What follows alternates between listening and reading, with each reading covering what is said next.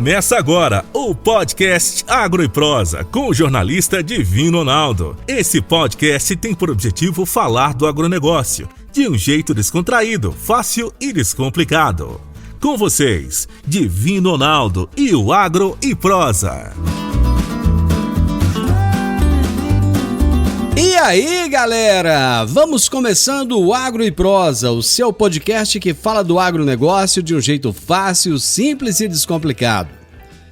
Eu sou o Divino Ronaldo, jornalista especializado em agronegócio e tenho um programa de rádio com entrevistas diárias. Algumas delas estão aqui no Agro e Prosa. São convidados fantásticos, com muito conteúdo e de bastante qualidade. Sem mais conversas, vamos então ao Agro e Prosa.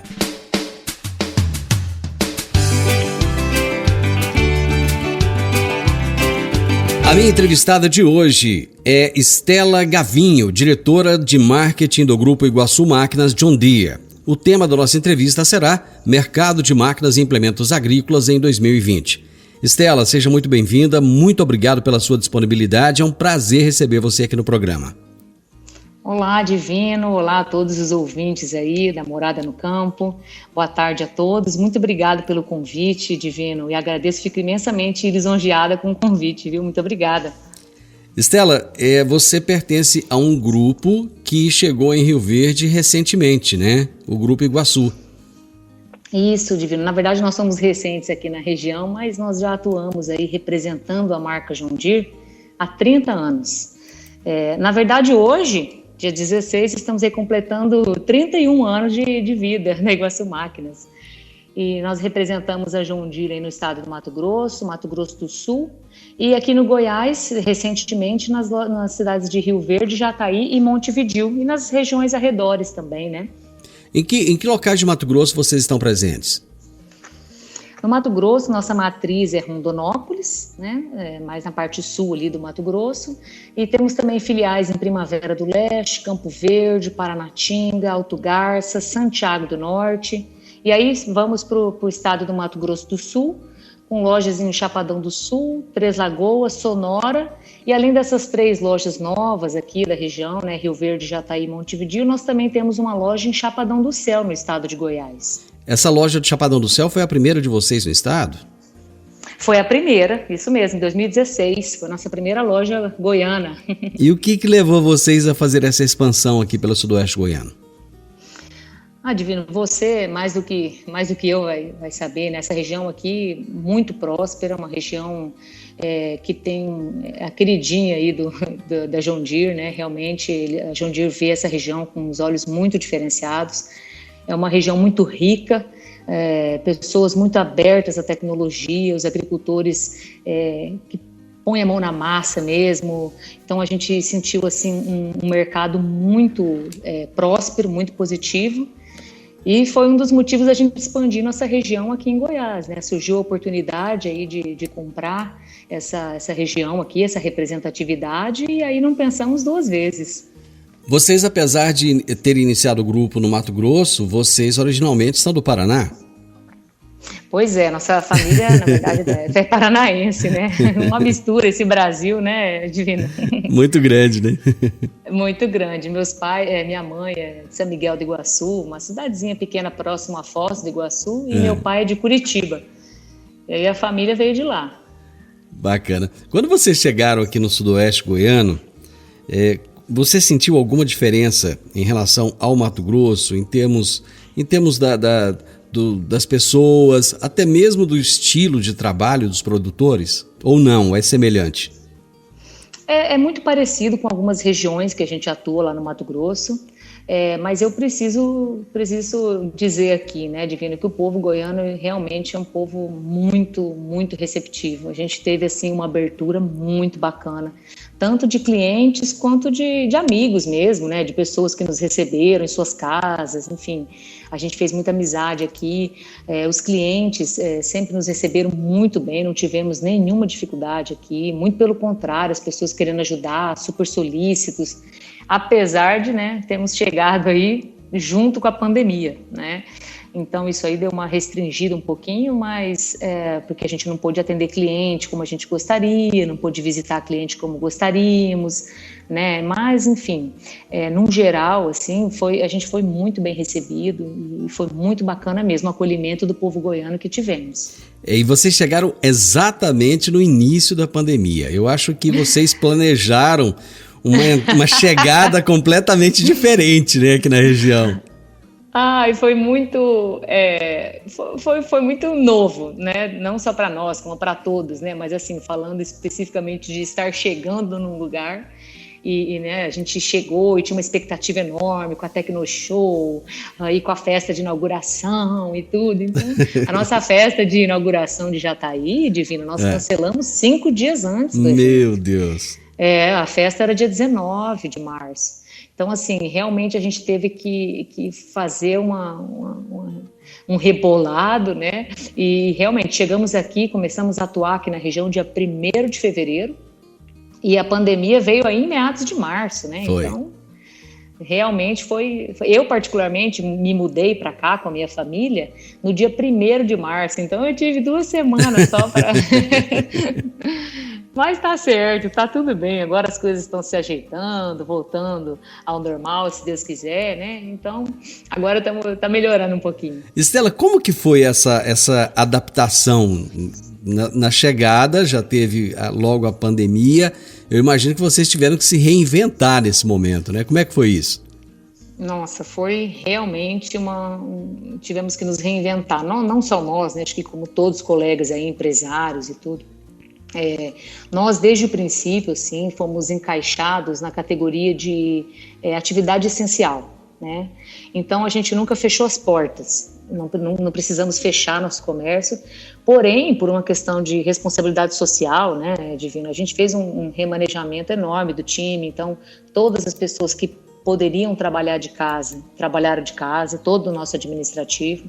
Nós fizemos um revezamento no atendimento de peças, então a gente tem ali 5 atendentes, né, em Rio Verde, por exemplo, e aí a gente ficou remanejando, vinha só um por vez, um no estoque, um na frente, atendendo. Os nossos técnicos mecânicos também se revezando, a gente deu férias para todos que podiam dar férias, e aí a gente foi fazendo o rebolado.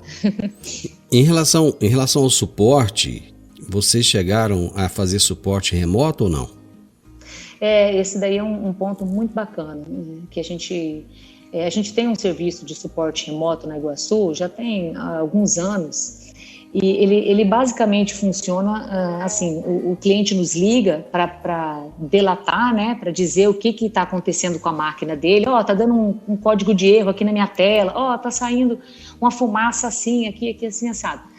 Nós temos uma central onde a gente consegue procurar possíveis erros com essas características, né? E aí a gente passa a solução do problema, possíveis soluções do problema, tudo remotamente, pelo telefone, pelo WhatsApp, mensagem de áudio, enfim, tudo remotamente. A gente tinha já esse serviço há muito tempo, e agora na pandemia nós intensificamos esse grupo nosso, então a gente tinha lá alguns profissionais, a gente triplicou o número de profissionais no suporte remoto, alguns técnicos que estavam sem atendimento, a gente colocava para o suporte remoto, né? A gente remanejou o time, a gente fortificou esse suporte e os nossos canais também, abrimos um canal 0800 através dele, que é na verdade 0300, né? E também esse é um programa pago, um serviço pago, e durante a pandemia nós deixamos esse serviço gratuito para todos os clientes. Então a ideia era justamente fazer com que o cliente nos ligasse para a gente tentar resolver a situação do cliente sem enviar ninguém para a fazenda dele. Ninguém queria ter contato naquela época, né? No início ali da pandemia, março, abril, foi muito complicado, né? Então, a ideia era tirar o contato e até seguindo as recomendações aí do prefeito, tudo, né, de isolamento social. Então, a ideia foi dar um suporte técnico remotamente para os clientes. O serviço foi muito bacana. A gente triplicou o número de atendimentos durante a pandemia, né? E só para assim, ter uma referência, Divino, 90% das ligações realizadas para o suporte remoto são resolvidas. É um número altíssimo, né, Estela? um número altíssimo.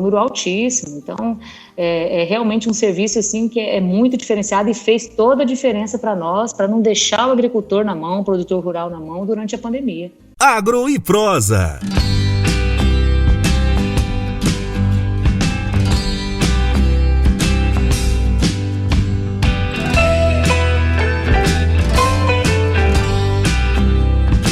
Você falava do suporte remoto, suporte online que vocês deram ao longo da pandemia, e muita coisa realmente mudou, e eu creio que os produtores tiveram que se adaptar, né, Estela? Você falou logo no início, por exemplo, da Tecnoshow, que não aconteceu esse ano, mas muitos eventos começaram a ficar online, né?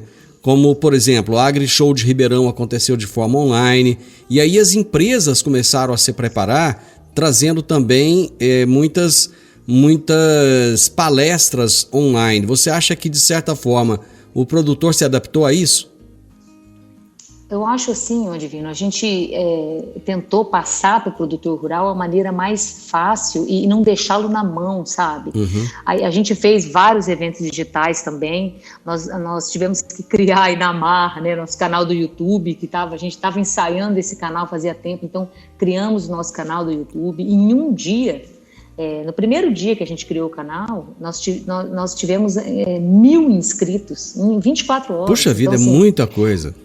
O povo é carente de informação, né? O produtor rural, ele busca por informação, é um público muito atualizado. A tecnologia é muito forte dentro do meio agrícola. Então, a gente buscou fazer, através desses eventos, nosso intuito era levar informação de qualidade. Aproveitar que todo mundo tirou o pé do acelerador ali e falou, vamos tentar enriquecer esse momento de alguma maneira. Né? Então, lá no comecinho de abril, a gente fez a Semana Agrodigital.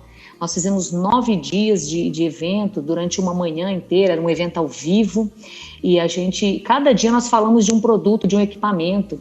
Poxa, a gente recebeu foto de cliente nosso que reuniu os operadores da fazenda, colocou na televisão do YouTube para assistir. Que bacana, hein? Foi muito legal, a gente teve uma aceitação assim de programas digitais. Todo mundo, quando fala, né, produtor rural, a pessoa pensa que às vezes está lá na roça, não quer nem saber, tá, né? Mas não, o cara está faminto por informação.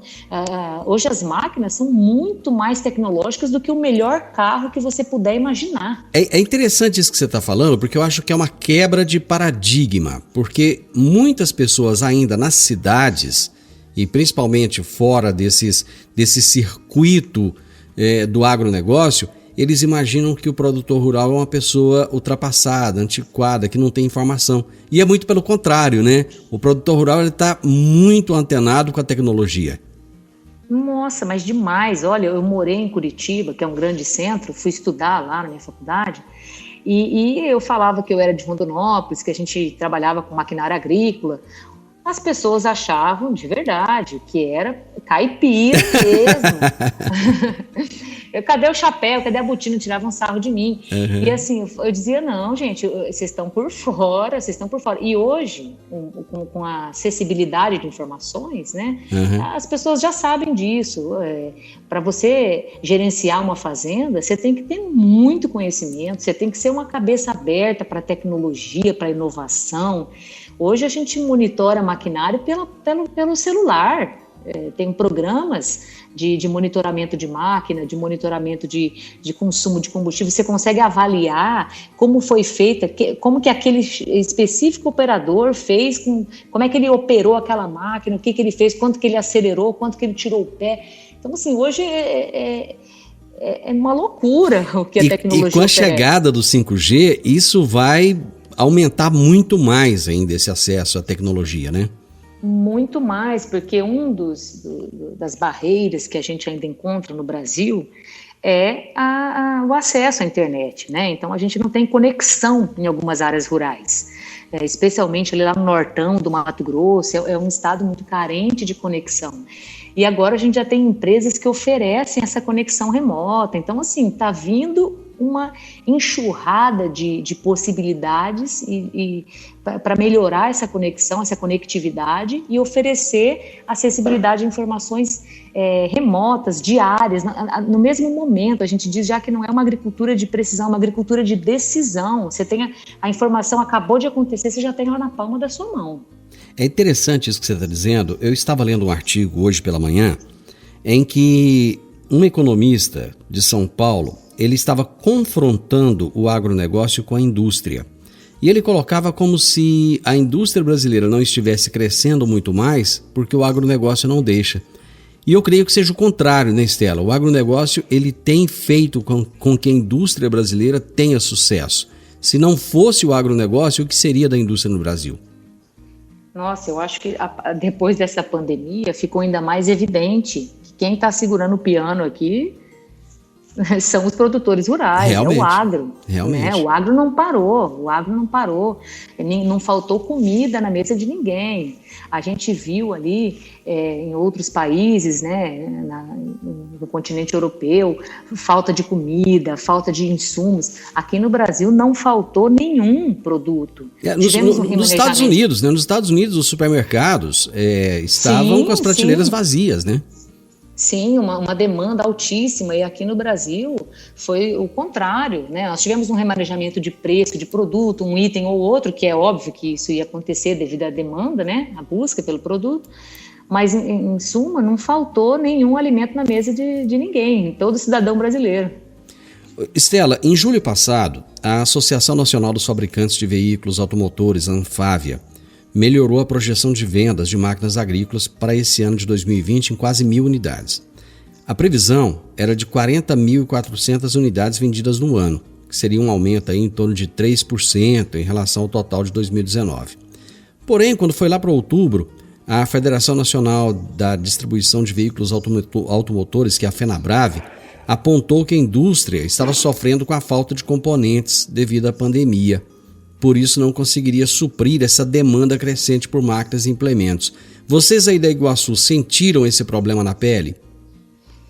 A gente teve alguns produtos realmente que a gente queria vender e não tinha para entregar. Uhum. Isso não foi com a John Deere, não foi com a Iguaçu, isso foi no Brasil todo, como você mesmo acabou de evidenciar. Foi com todas as marcas, né? Por uma questão óbvia da pandemia mesmo, né? Então, mas assim, não foram produtos, como vou dizer assim, não foram produtos perdidos, né? Então foram produtos que foram remanejados à venda para a entrega desses produtos para o ano que vem. Então assim, o cara remanejou ali, o produtor conseguiu remanejar o maquinário dele para esse ano, jogou o recebimento da próxima máquina para o ano que vem, mas realmente alguns produtos não tivemos para entrega. Entramos aí com uma carteira de produtos já vendidos para 2021 muito positiva. Olhando para o lado positivo da coisa, né? Não, sim, lógico. O produtor, de certa forma, ele se antecipou a essa compra de máquinas? Sim, era uma compra que já iam fazer em 2020, na verdade, e não tinha o produto para entregar, que jogou a entrega do produto para o ano que vem. Bom, isso cria, então, boas perspectivas para o ano de 2021, em relação ao ano de 2020. Totalmente. A gente já entra num ano onde a gente tem ali uma gama de produtos que já está praticamente vendidos, né? Isso é muito positivo. A perspectiva para 2021 realmente é muito positiva, não só para a máquina, mas para o produtor rural, para o agricultor. Né? Um ano que a gente espera um ano muito bom mesmo, um ano excelente. Agro e Prosa, falando do agronegócio de um jeito descontraído, fácil e descomplicado.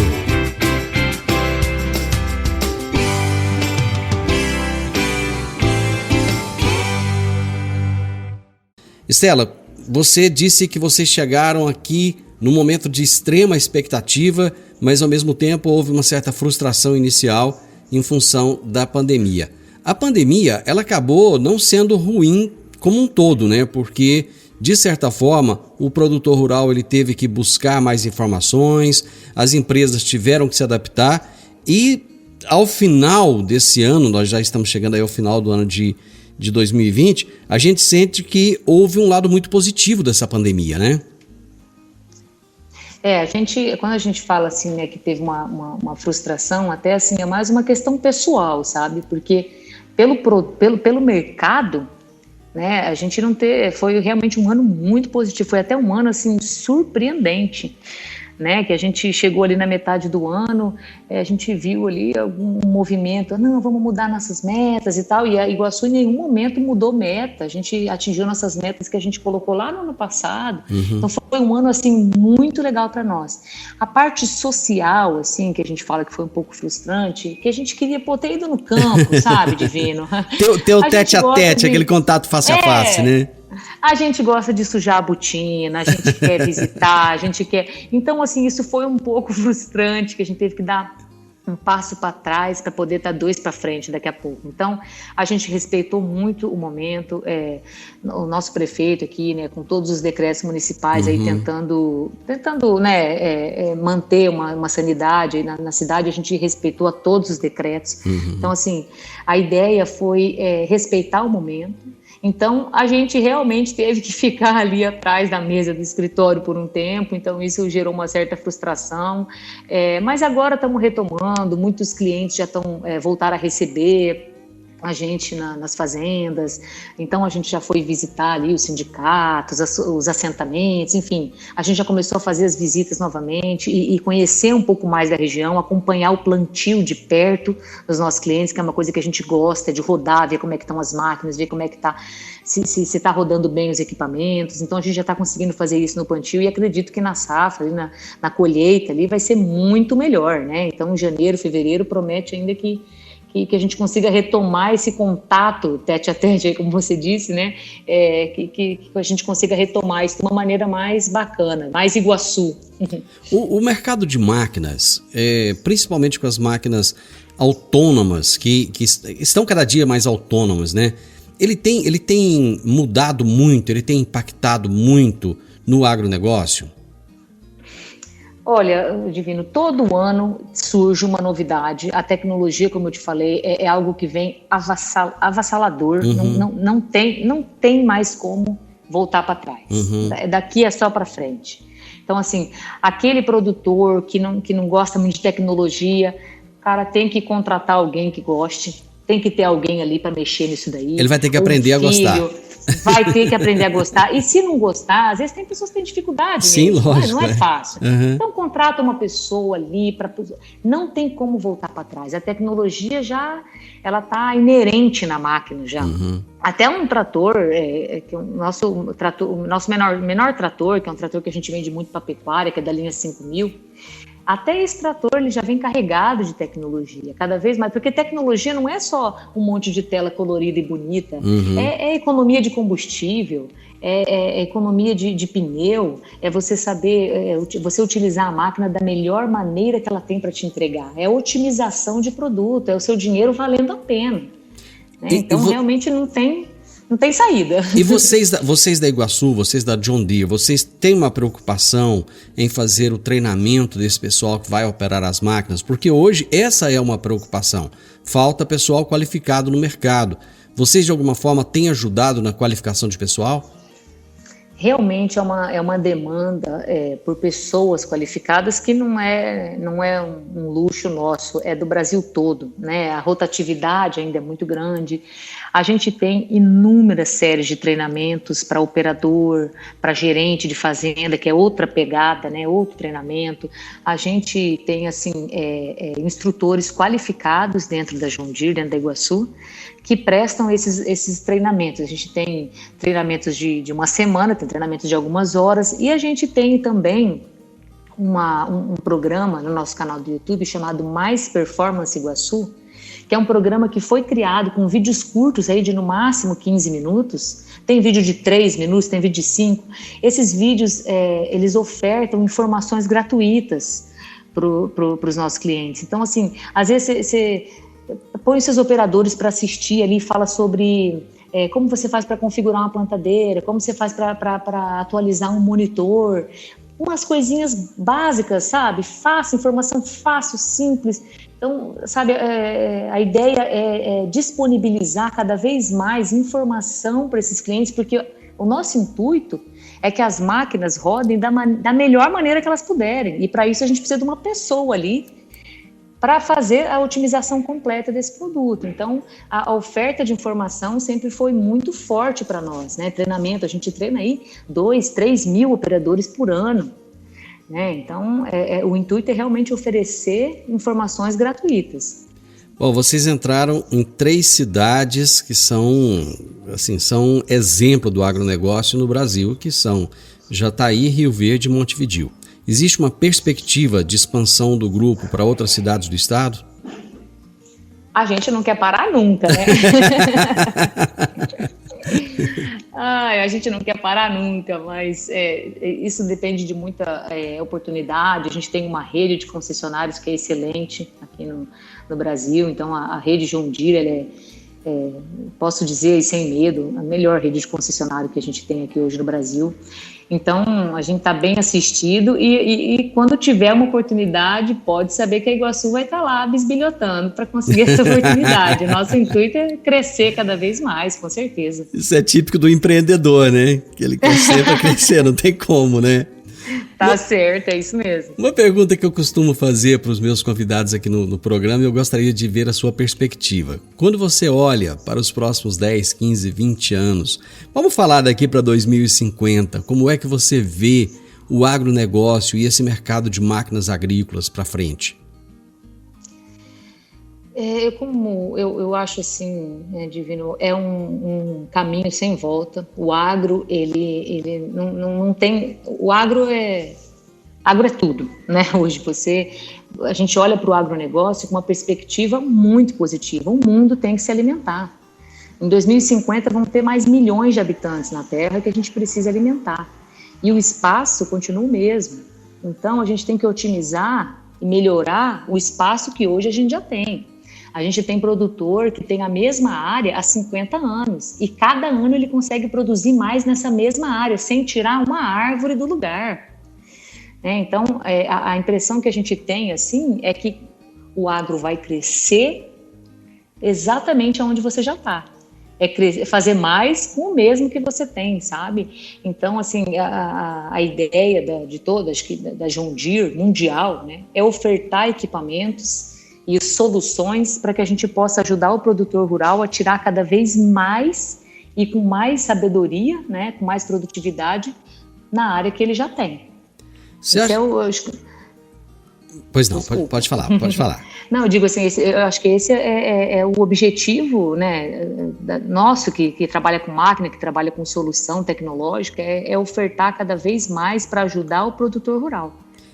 Uma das funções nossas aqui no programa, Estela, é fazer com que o agro ele chegue até as pessoas comuns que não vivem diretamente com o agro no dia a dia. Essa é uma das funções nossas, é comunicar o agro. E o agro hoje ele precisa muito de comunicação, porque existe uma ideia deturpada de que o agro é ruim, de que o agro envenena as águas, de que o agro derruba as árvores, coloca o Brasil numa posição ruim perante o exterior. Você acha que o agro vai conseguir se comunicar melhor daqui para frente? Eu acho que já está conseguindo. Se a gente olhar, eu falando para você quando eu estudava, né, lá em Curitiba, hoje é outro panorama, as pessoas olham com muito mais respeito para o agro. Só não vê quem não quer, quem está numa posição assim de não querer enxergar a verdade, porque hoje o agro já tem um respeito a nível mundial. O agro brasileiro hoje, se eu comparar ali, a gente sempre levou clientes para os Estados Unidos para visitar as fazendas, visitar as fábricas da John Deere. Antigamente, há 10, 15 anos atrás, a gente chegava numa propriedade americana, os brasileiros fazendo pergunta, querendo ver, querendo conhecer. Hoje é o contrário. Os americanos que querem saber de nós aqui, né? Isso mesmo, os americanos que ficam, mas como é que você... Nossa, vocês fazem 2 safras por ano? Poxa, então, assim, o agricultor brasileiro tem um respeito a nível mundial hoje. Né? Então, assim, a gente fez em junho desse ano um treinamento que era para atingir pessoas que não eram do agro, só para complementar aqui o que você trouxe. Né?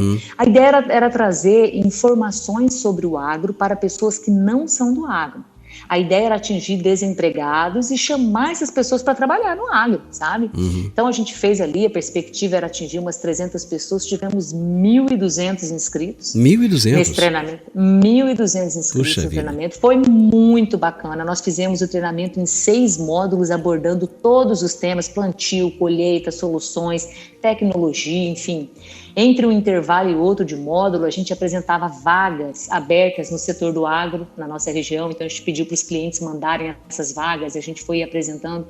Olha, foi muito bacana mesmo. E eu acho que essa é a nossa responsabilidade, né? É mostrar cada vez mais para as pessoas que a gente tem um ouro na mão, né? O agro é vida, é tudo, não tem como não reconhecer isso. E a gente tem que passar essas informações corretas e informações positivas e verdadeiras sobre o agro para estimular e fomentar cada vez mais nosso ramo. Stella, foi um prazer enorme conversar com você. Você é uma simpatia de pessoa. Muito obrigado por ter disponibilizado o seu tempo, que é tão corrido aí, para nos atender e para passar todas essas informações aos nossos ouvintes. Muito obrigado. O nosso programa está à disposição de você, da Iguaçu, da John Deere. Divino, Naldo, muito obrigada pela oportunidade, a todos os ouvintes aí da Morada do Sol FM, eu agradeço de coração, espero poder colaborar com vocês, uma boa tarde a todos e um grande abraço aí para todos os produtores rurais e os ouvintes da rádio. Você ouviu o podcast Agro e Prosa. Se gostou, compartilhe, recomende e nos siga nas diferentes plataformas de podcast.